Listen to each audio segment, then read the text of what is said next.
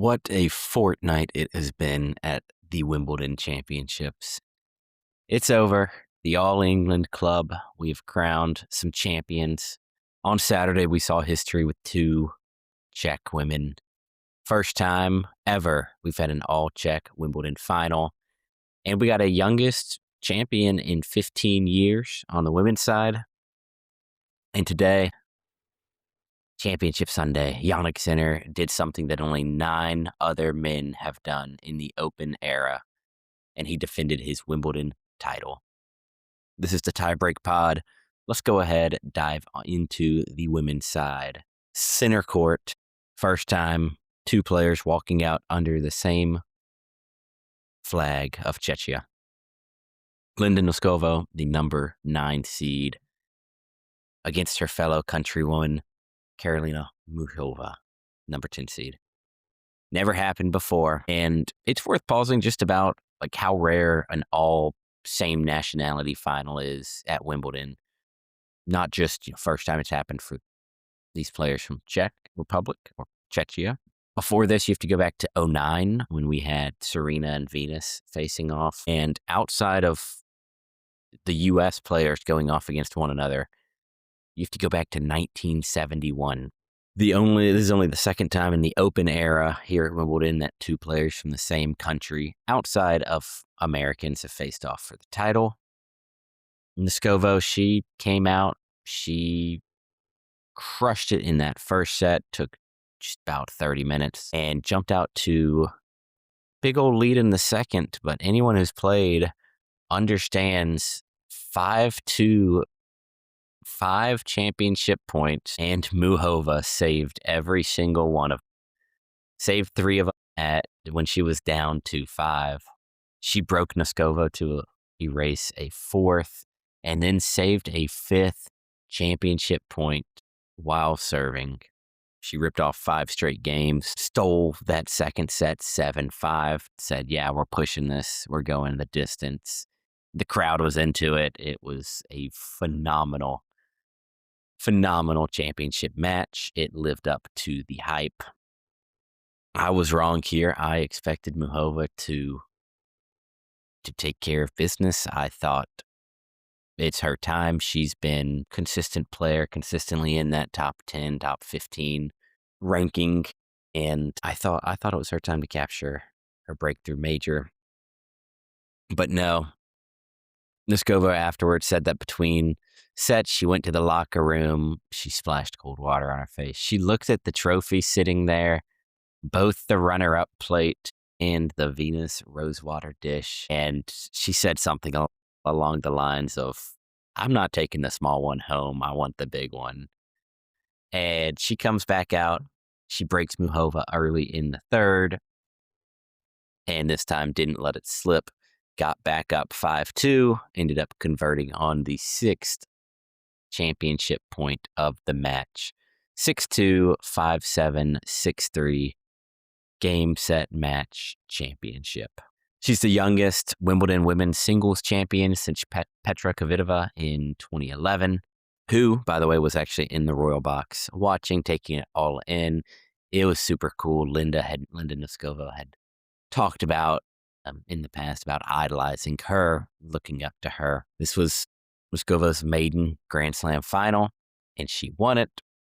Again, she joined Kvitova as the only Czech players to reach their first major final at Wimbledon and to win it. Her 3rd career singles title, and something that's a little more surprising. Give me 1 second. My cat decided to get loud. He wants to join in. Sorry about that. Where was I? Yeah. This is the 5th Wimbledon title for a Czech, or 5th Wimbledon women's final for a Czech player since 2011. The 3rd in the last 4 years.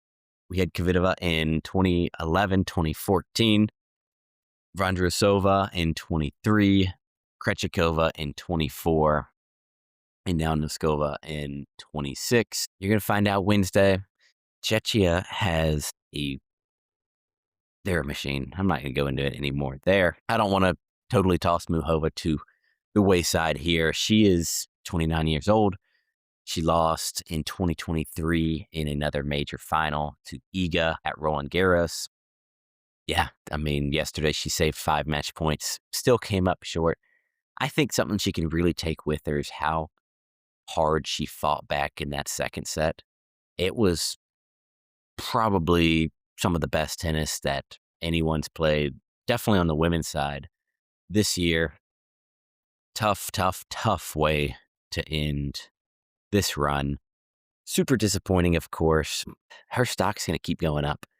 She's playing really well. It was funny after the match in her runner-up speech, she talked about, she was like, well, I guess I don't really know the words to say, something along that. And I guess I'll start with my ex-friend, Linda, and just super funny. They have tremendous amount of mutual respect there.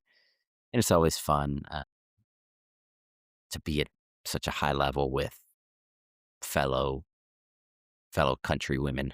All right, so from moving on from a first-time champ to a repeat champ, let's talk about Sinner and Zverev. Championship Sunday at Center Court.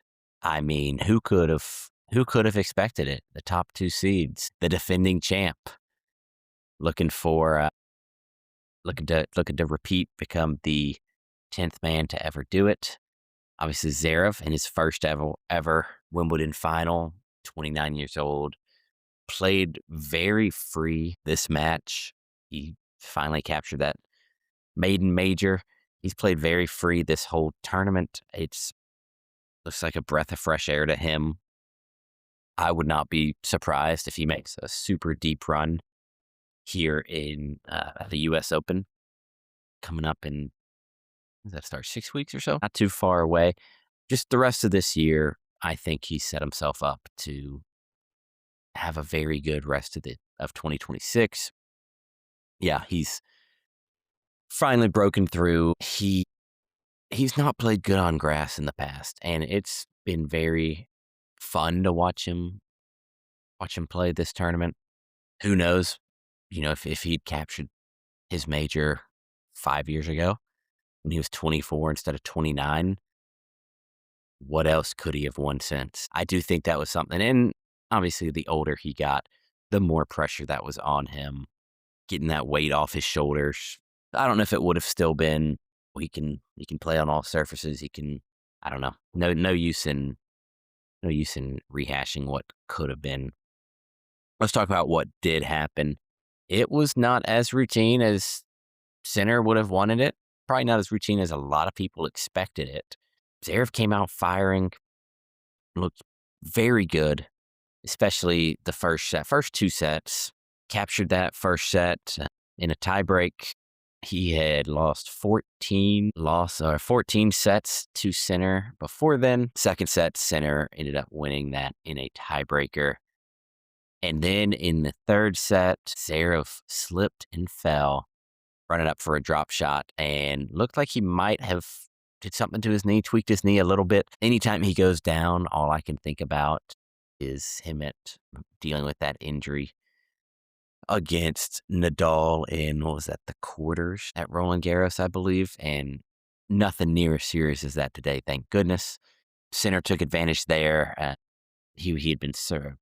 Zverev had been serving, then ended up being broken and just kind of cruised through. Ended up taking it in 4 sets, 6-7, 7-6, 6-3, 6-4, just under 4 hours for Sinner. Became the 10th man in the Open era to successfully defend his Wimbledon title. First man to repeat since Novak Djokovic did in 2021 and 2022. Sinner, he captured Grand Slam number 5, first major of the season. He had that wild semifinal against Djokovic at the Aussie Open that he lost. And then at Roland Garros, he dealing with some physical issues and lost in the second round there. Zverev, he's going to jump up to a career-high ranking of number 2. He leapfrogs Carlos Alcaraz, who missed Roland Garros and Wimbledon with his wrist injury.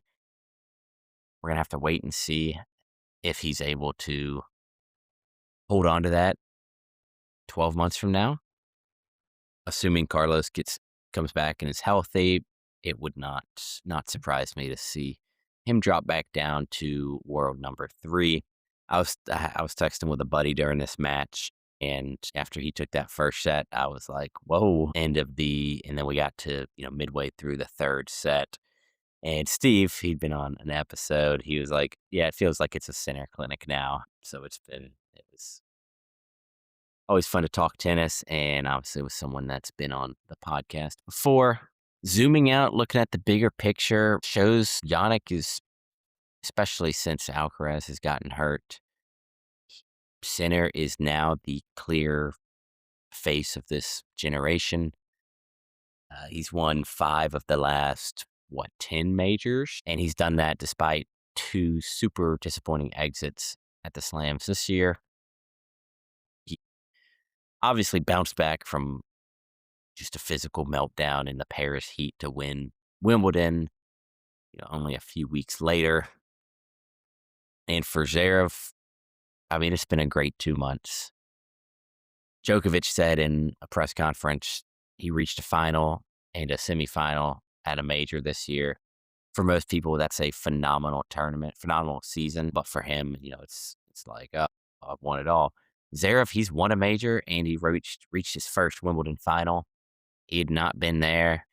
He'd not been there at all. He'd not been past the 4th round in his previous 9 appearances. Grass game's shown that it's taken that leap. He's shown that he's able to play with that freedom. So just to recap, Linda Noskova, your 2026 Wimbledon Women's Champ, youngest since Petra Kvitova in 2011, continuing this incredible run of Czech dominance here at the All England Club. Yannick Sinner defended his Wimbledon title. Career major number 5. First man to repeat here at Wimbledon since Djokovic. And I'm excited. And we have still unique winners across every slam this year on the men's and women's side. On the women's side, Rybakina, Andreeva, Noskova. On the men's side, Alcaraz, Zverev, Sinner, and probably more importantly, one of my predictions was right here at Wimbledon. And that was that Sinner is gonna repeat. I'm just glad I got something right because everything else was super disappointing. Said Iga was gonna repeat along with Sinner. No, that did not happen. I said 2 to watch at their home slam, Katie Bolter and Cam Norrie. No, very, very, very disappointing. Very early exits for them. So I'm just glad I got Sinner repeating here, defending at Wimbledon. Probably had way too good of predictions for Roland Garros, so I needed to be brought back down to earth there. I'm excited. We got one more major this year. We got the tour finals at the end of the year, and then we kick it all back off with the Aussie Open in 6, 7, 8 months, 6 or 7 months from now. So next up's the U.S. Open, heading to New York, at least next up on Grand Slam. We're getting into the end of summer hardcourt swing. Is Alcaraz going to be back? Is Sinner going to go capture Wimbledon or capture the U.S. Open after winning Wimbledon? Is Zverev going to continue this run? Is the quest for 25 still on? Can we see another all-Czech final at the U.S. Open? I don't know, but it's going to be fun. Thanks for tuning in. Check us out, the Tiebreak Pod, on Apple, Spotify, YouTube, Amazon Music, and on all socials. We'll catch you on the next one.